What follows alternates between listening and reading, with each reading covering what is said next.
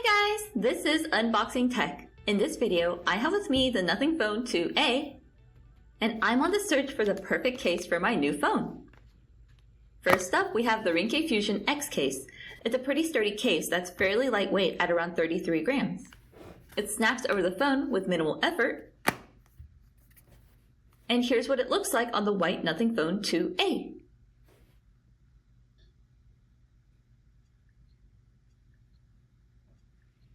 Checking the cutouts and overall fit, everything looks great and centered. The volume buttons have a distinguishable texture on them. And there's a lanyard hole here for any straps or charms you want to use.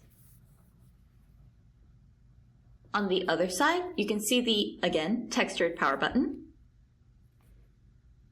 By the way, the buttons are all very clicky and instantly responsive.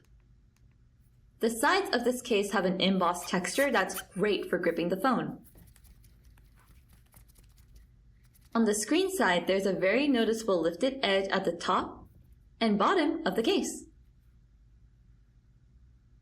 Flipping it over to the back, we see the camera cutout also has a lifted edge. So this is the black color Fusion X, but Ringke also has a gray that I think looks better with the white phone.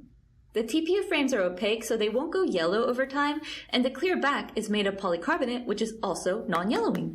It's overall a great case that'll show off the best parts of the Nothing Phone 2A, while its unique design gives it a bit more oomph compared to a standard clear case. Of course, you can't really go wrong with a standard clear case. This one is the Tudia skin. It's made completely of TPU, so it's super flexible, but surprisingly is not very lightweight, as it's even heavier than the Fusion X at 35 grams. It does fit onto the phone super easily, and the super clear look is, as expected, amazing with the Nothing Phone.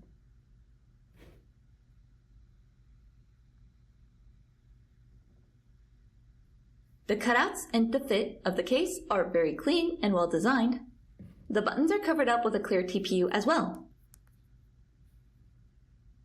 They are super easy to press and have a nice clicky response.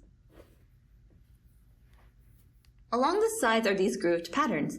They look nice and supposedly they help with gripping the phone, but I didn't particularly think it did that much to help if I'm being completely honest. The screen has a nice lift all around the edges for that extra protection. The back camera has a similar raised edge as well. While it looks really clean, TPU does have the potential to discolor. However, if you want this level of clarity to really see your phone, the Tudia skin is not a bad choice at all. But the Tudia is a bit on the pricier side. Another choice is the Osophter case, which is also a clear TPU case that's cheaper and lighter than the Tudia. Overall, it does feel much thinner compared to the Tudia, but it goes onto the phone super easily and looks very nice.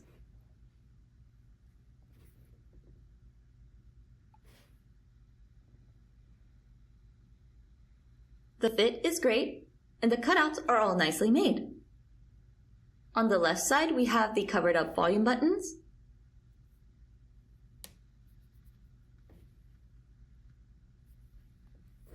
And on the right side, we have a lanyard hole and the power button.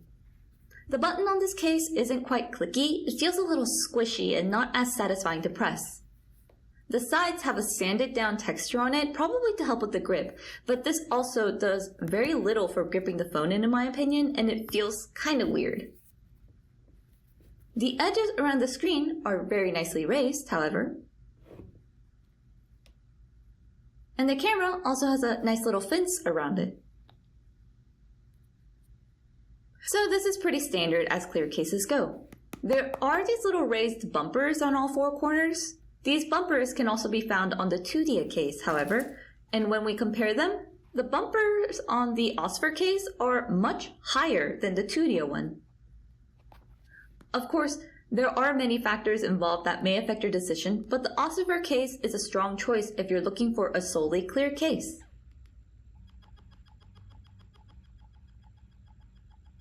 Last on the list is a bit of a curveball. This is the Vurfoo leather case.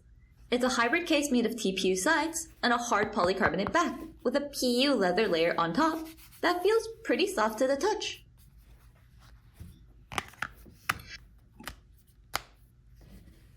It snaps on easily over the phone, and it has an overall clean look except for the very visible engraved text at the bottom left of the case. The fit has no issues with nicely centered cutouts all around. The buttons are covered with a layer of TPU. On the right side we have a lanyard hole here, and the cover buttons are well designed for a nice clicky feeling. There isn't really anything to help with the grip, but TPU by itself is a pretty grippy material and the matte texture prevents it from being completely slippery. One negative is that this case has a very low rim around the screen. This increases the danger to the screen when it is placed down on a table. I can see this being a problem with a thicker glass screen protector. The lifter on the back camera also seems to be a bit shorter compared to the other cases in this video.